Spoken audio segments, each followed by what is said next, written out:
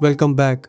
I'm Tyson and Toy Story 5's ending doesn't have a final fight, it has something way more interesting. Multiple reviews are out now from critics who saw the movie early. Showbiz Junkies, The Hollywood Reporter, they all confirm the same thing. The climax isn't about beating anyone, it's about understanding someone, and here's the thing. Director Andrew Stanton actually said this months ago. He told reporters Lilypad is not the film's villain. She's just a device with a completely different perception of what is best for Bonnie. That distinction matters. A villain can be defeated. But how do you defeat something that's trying to help? I spent way too long reading every review I could find to piece this together. Let me walk you through what actually happens. Bonnie is now 8 years old. She's painfully shy, can't make friends with the kids across the street. Her parents get her a Lilypad tablet to help her connect, and it works. Too well, Bonnie becomes obsessed with the tablet, stops playing with her toys entirely. The toys feel ignored and replaced. They're scared they're losing their purpose. Jessie confronts Lilypad. She tells the tablet the toys have been trying all summer to help Bonnie make friends. Lilypad fires back that Bonnie needs her, not her old toys. A physical scuffle breaks out. Bonnie comes in and grabs her new favorite companion.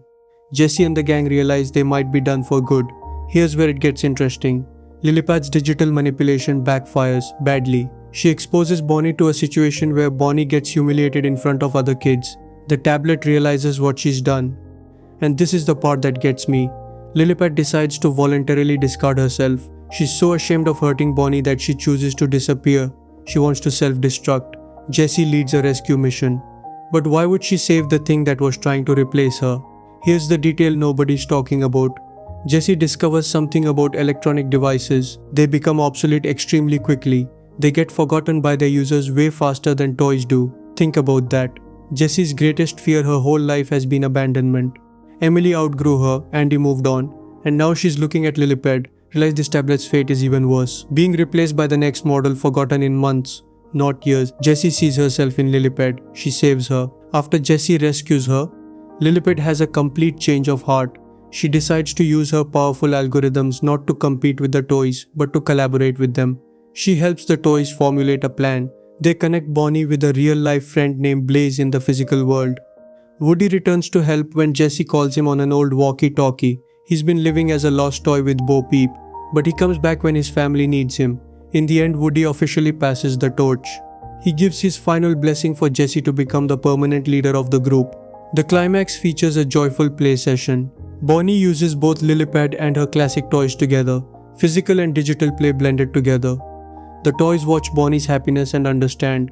Their purpose hasn't changed, they've just found a new way to fulfill it. The film ends on a hopeful note.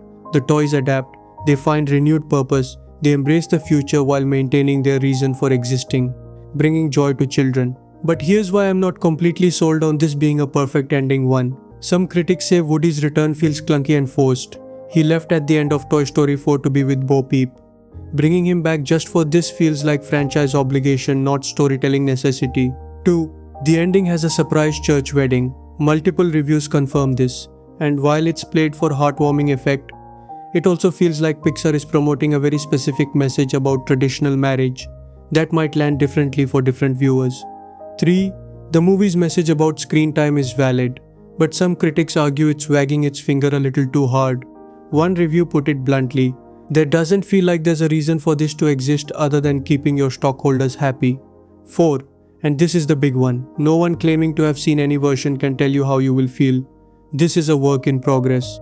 Your emotional response is yours alone. What works for one viewer might not work for another, and that's okay. But here's what I keep coming back to. Toy Story 5 has multiple post-credit scenes, one mid-credits, one at the very end. They show what happens to some of the toys after the movie ends.